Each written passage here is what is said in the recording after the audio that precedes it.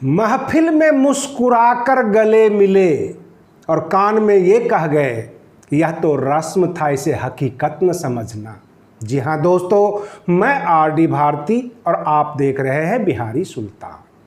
उत्तर प्रदेश की राजनीति में सतीश चंद्र मिश्रा जी 3-4 दिन से जो प्रोग्राम कर रहे हैं, भाषण दे रहे हैं और जो ऐलान किया है, किस किस को चुल मची है यह मैं बताने वाला हूं।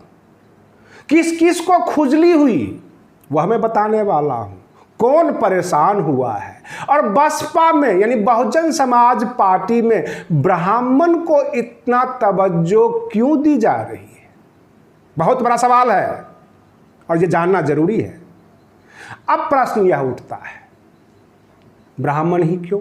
मैं इसके ऊपर पूरा विश्लेषण करूंगा, लेकिन सतीश चंद्र मिश्रा जी जब ये कहते हैं कि खुशी दुबे जो कि नवविवाहिता है, 16-17 साल की लड़की है, शादी करके आई और उसको उठाकर जेल में डाल दिया गया और हम उसका मुकदमा लड़ेंगे, तो जितने भी उत्तर प्रदेश में ब्राह्मण नेता हैं अन्य राजनीतिक दल में, अपना अपना प्रतिक्रिया देना शुरू कर दिए।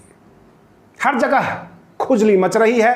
प्रयागराज, काशी, अयोध्या, हर जगह मीटिंगें हो रही है, बातचीत हो रही है कि बसपा और ब्राह्मण का गठजोड़ कुछ समझ में नहीं आ रहा है।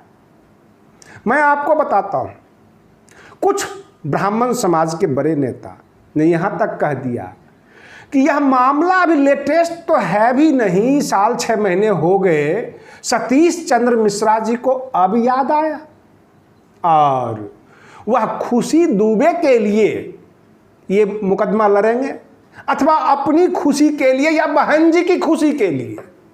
आखिर खुशी किसकी, प्रश्न है और होना चाहिए राजनीति में। अखिलेश यादव सुबह सुबह योगी आदित्यनाथ जी की बुराई करते हैं, उत्तर प्रदेश सरकार की आलोचना करते हैं विभिन्न योजनाओं का, और शाम में पता लगता है कि योगी सरकार के दफ्तर में उनकी मीटिंग चल रही है, बातचीत हो रही है। यह वायरल होता है इस तरह के फोटो। राजनीति है, एक दूसरे के ऊपर उंगलियां उठाए जाएंगे, आरोप लगाए जाएंगे, लेकिन कुछ लोगों ने तो यह भी कहा यह बहुत बड़ी पहल है कि किसी नाबालिग लड़की या बालिग है, अभी शादी करके आई है, उसके लिए अगर सतीश चंद्र मिश्रा जी मुकदमा लड़ रहे हैं फ्री में, ये बहुत बड़ी पहल है। बहुत सारे लोगों को इस तरह की पहल करनी चाहिए। मैं आपको बता दूं, मैं बहुजन समाज के अंदर घूमकर रिपोर्टिंग करता हूं और मैंने अपने अनुभव में पाया है, बहुत सारे लोग जब तक सर्विस में होते हैं, नौकरी में होते हैं, गजटेड रैंक के ऑफिसर होते हैं, वह अपने बहुजन समाज से दूर रहते हैं, नहीं करते सपोर्ट, और जैसे ही रिटायर होते हैं अंबेडकरवादी हो जाते हैं, बाबा साहेब भीमराव अंबेडकर जी उनको याद आने लगते हैं। मैं कई वीडियो में जो है बिहारी सुल्तान यूट्यूब चैनल के लिए अपील किया, आग्रह किया कि आर्थिक सहयोग चाहिए। मैं उत्तर प्रदेश में कवर करना चाहता हूं, कहीं से 1 रुपये का कोई आर्थिक सहयोग नहीं आया और आएगा भी नहीं। ये नादान बच्चे जो युवाओं की टीम है बार बार कहते हैं आप एक बार बोल दीजिए, और मैं बोल देता हूं, लेकिन आएगा नहीं, ये कन्फर्म है, क्योंकि बहुजन समाज खुद में व्यस्त है। इसे बाहरी दुश्मन की कोई जरूरत नहीं है। 10 प्रकार के संगठन बन जाएंगे, एक दूसरे की आलोचना करेंगे। हम आपसे पूछते हैं, जेपी आंदोलन में कौन सा जातिवाद था? पूरा देश का छात्र सड़कों पे उतर गया था। 2013 का जो लेटेस्ट अन्ना आंदोलन था और दिल्ली सरकार को उखाड़ के फेंका गया था, केजरीवाल सरकार आ गई थी, उसमें कौन सी जात बिरादरी की गई थी? और ये वे समाज, बहुजन समाज, जिन्हें आप 85% कहते हैं, खुलकर वोट किया। दिल्ली में केजरीवाल को भी वोट किया, इंदिरा गांधी की सरकार को भी गिराया, ये बहुजन समाज ही है। बहुत सारे राजनीतिक दल में एक फॉर्मूला है कि एक ब्राह्मण इक्वल टू 10 बैकवर्ड क्लास। ये वो सोच के चलते हैं, ये उनकी सोच मैं आपको बता रहा हूं। क्योंकि ब्राह्मण जो होगा वो उसकी जुबान मीठी होगी, मैं क्वालिटी बता रहा हूं, जुबान मीठी होगी, वह अपने इन्फ्लुएंस के लोगों को प्रभावित करेगा।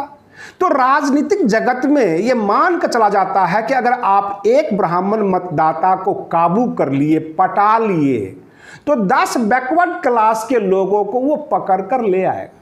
2012 से लेकर 2019 के बीच जितने भी चुनाव हुए, 85% बहुजन समाज के लोग बहन मायावती जी को क्यों नहीं मुख्यमंत्री बना दिया। तो फिर आज क्यों चुल मच रही है कि अब तो ये ब्राह्मण समाज पार्टी हो गई, अब तो ये ब्राह्मणों की जगह दे रही है। चलो भाई, आप अपनी जगह ही फिक्स कर लो। 2012 से 2019 तक आपने तो बिल्कुल विपक्ष के लायक भी नहीं छोड़ा। एक तो होता है विपक्ष, उसके लायक भी नहीं छोड़ा। जब ब्राह्मण, सर्व समाज, बुद्धिजीवी वर्ग इधर उधर से पार्टी को मजबूत बनाने की कोशिश हो रही है, सत्ता में आने की कोशिश हो रही है, जो तथाकथित जो मिशन चलाते हैं, जो नए नए नव जब है जो नेता बने हुए हैं, जो मिशन के नाम पे वो कहते हैं कि मिशन से भटक गई मायावती। मान्यवर काशी राम की ये पार्टी है, वहां पर ब्राह्मणों का क्या काम। प्रश्न यहां पर यह है कि जब आप थे, आपके 85% था, तब आपने कौन सी सत्ता दे दी? 2012 में छीन लिया, 2017 में नहीं आने दिया। लोकसभा चुनाव में 10 सीट आया बहुत सारा गठबंधन करने के बाद, और वो 10 सीट का भी हाल बता देता हूं। बसपा का अपना 22% कैडर वोट है। अगर 85% में 22% को आप निकाल दीजिए तो 63% जो जनता है वो कहां थी और किसके पास बिकी थी, उसकी क्या कीमत थी, ये आपको बताना होगा। मैं आज आपको बताऊं, बहुत सारे लोग ब्राह्मण ब्राह्मण चिल्लाते हैं, विरोध करते हैं, और आप हमें मजबूर करते हैं कि आपके वे नेता जो ब्राह्मण ब्राह्मण चिल्ला रहे हैं उनकी पत्नी ब्राह्मण क्यों? क्या नाम लेके बताऊं? सबके बारे में सबको नंगा करूं कि किस किस की पत्नी जो है ब्राह्मण है, कौन कौन से सत्यनारायण भगवान की पूजा करवाते हैं, खोलूं सारा भेद? ये सारे के सारे आम जनता को बेवकूफ बनाते हैं, भटकाते हैं, क्योंकि हम मीडिया वाले हैं, रिपोर्टिंग में रहते हैं, जमीन पर रहते हैं, हम इनको बहुत अच्छी तरह पहचानते हैं। राजनीति करना है कीजिए, लेकिन किसी को, समाज को नहीं भटकाइए। ये समाज हजारों साल से इग्नोर है, सबने छला है, सब जाति के नाम पे, धर्म के नाम पे ठगता है, और इस ठगी से अब समाज को बचाना है, और आप हमें साथ दीजिए, मुंह मत फेरिए, क्योंकि समाज को अब आपकी जरूरत है। नेताओं ने तो खूब चूसा है, बहुत अच्छी तरह से चूसा है। आप बने रहिए बिहारी सुल्तान चैनल पर, हम बिल्कुल समाज की हकीकत आपके सामने लेकर प्रस्तुत होते रहेंगे। तब तक के लिए धन्यवाद।